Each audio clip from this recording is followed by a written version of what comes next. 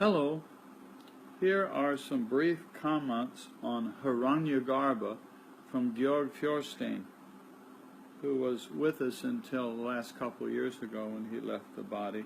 And this is from a very large format book that is entitled The Yoga Tradition. This book has affectionately been called the telephone book because it's so big. This is on HIranyagarbha. Western yoga enthusiasts often regard Patanjali as the father of yoga, but this is misleading. According to post-classical traditions, the originator of yoga was HIranyagarbha. Although some texts speak of HIranyagarbha as a self-realized adept who lived in ancient times, this notion is doubtful.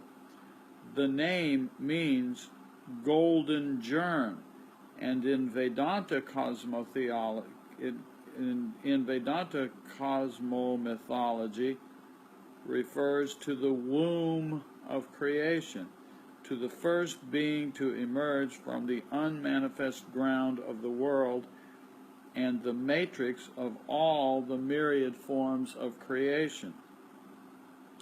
Thus, HIranyagarbha is a primal cosmic force rather than an individual.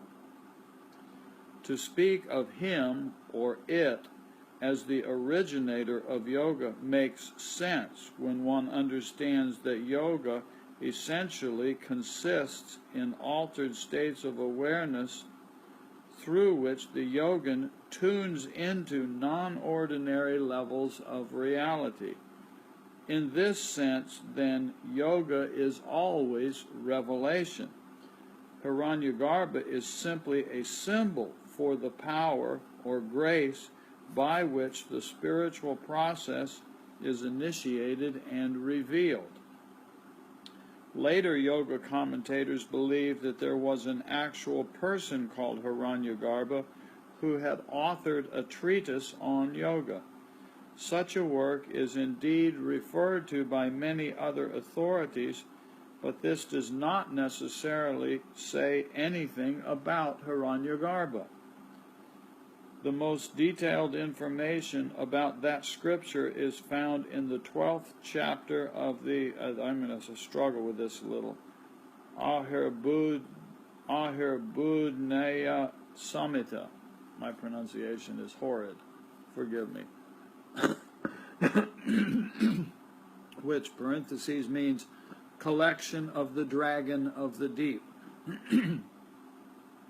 which is a work of the medieval Vaishnava tradition. According to this scripture, HIranyagarbha composed two works on yoga, one on Nirodha Yoga, the yoga of restriction. Georg used here restriction for Nirodha. Not too fond of that. And one on Karma Yoga, the yoga of action.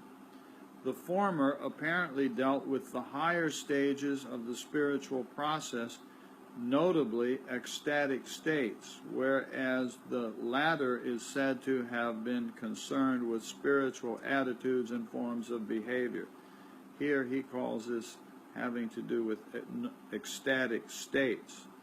Or we could say somewhat differently that it is that which is beyond all states.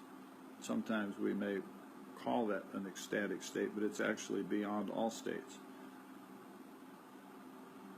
There may well have been a work on yoga of this nature, and if it did exist, it might even have antedated Patanjali's compilation. In any case, HIranyagarbha's work is not remembered to have been a sutra, though it is quite possible that other sutras on yoga existed prior to Patanjali's composition. It is a fact, however, that Patanjali's Yoga Sutra has eclipsed all earlier sutra works within the yoga tradition, perhaps because it was the most comprehensive or systematic. HIranyagarbha. I've always kind of enjoyed the concept of HIranyagarbha. because of the idea, I've always liked it because of the idea of the golden womb. I like the idea of there's one reality that, like a womb made of golden light, everything emerges out of that. And in the context of talking about things like him and her and it, I just like the idea. HIranyagarbha. HIranyagarbha. Play with it a little. See if you like it too. Okay? Thank you.